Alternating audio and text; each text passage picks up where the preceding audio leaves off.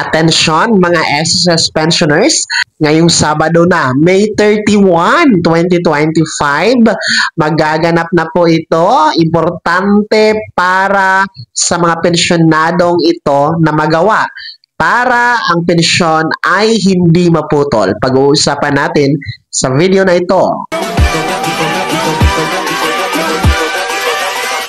Hold up.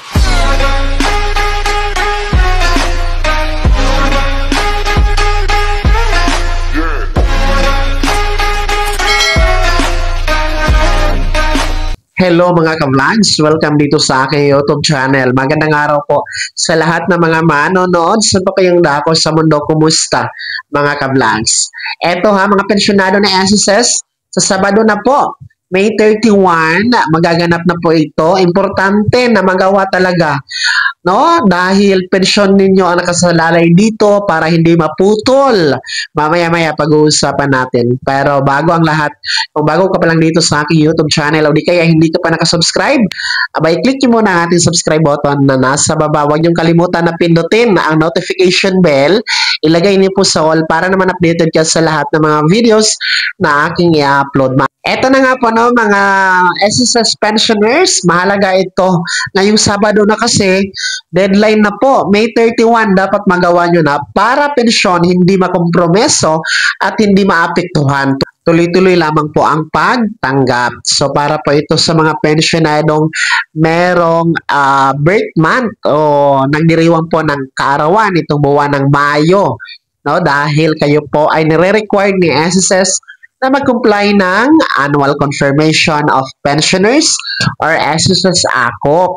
No? Nakabase po yan sa Circular Number 2023-013, yung may subject na Revised Guidelines for Annual Confirmation of Pensioners Program, mga ka-vlogs. So, ang nire-required po dito, tanging yung mga pensyonadong merong edad na 80 pataas. No, 80 years old pataas. Ibig sabihin, kung 79 years old below kayo, hindi kayo kasama sa magpapaakop. So, whether you are a retirement pensioners, total disability pensioners, or survivor pensioners, dito ka man sa Pilipinas o nasa abroad, basta 80 years old pataas, kayo po ay nire-require na mag-comply ng akop tuwing birth month.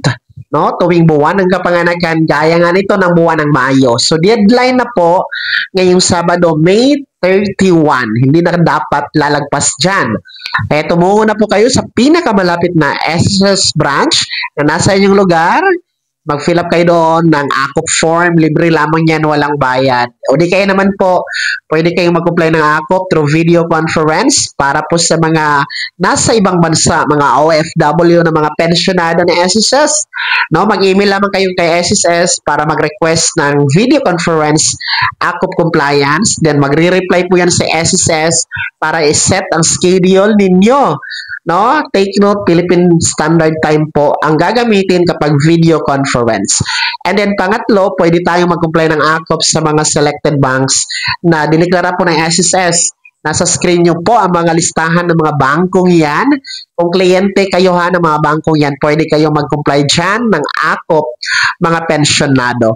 So, ang mangyayari po kapag hindi kayo nag-comply ng ACOP, ngayong May 31, mapuputo lang yung pensyon. Baka magtaka kayo, wala kayong pensyon na makukuha at matatanggap sa mga darating na buwan. No? Kaya wag matigas ang ulo.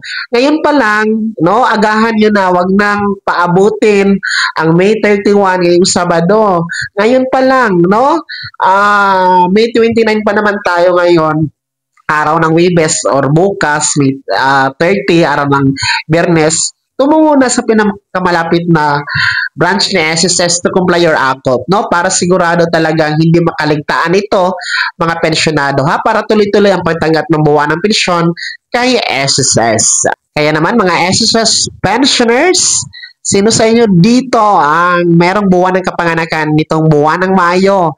Kumusta po? Ha? Mga 80 years old pataas, na-comply nyo na ba ang inyong akop o wala pa? Ibahagi niyo po sa comment section na nasa baba. Pakilakip ng mong pangalan at kung taga saan kayo. Bago ako magtapos sa video na to, kung gusto niyo po sumuporta sa aking YouTube channel, maaari niyo pong i-click ang ating super thanks button na nasa baba. Sa mga gusto maging miyembro, pwede po.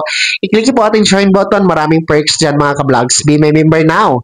Sana'y naging gabay ang video na to kahit paano na pag-uusapan natin ang mga mahalagang bagay-bagay na may kinalaman sa pagiging miyembro, benepisyaryo at pensyonado sa SSS.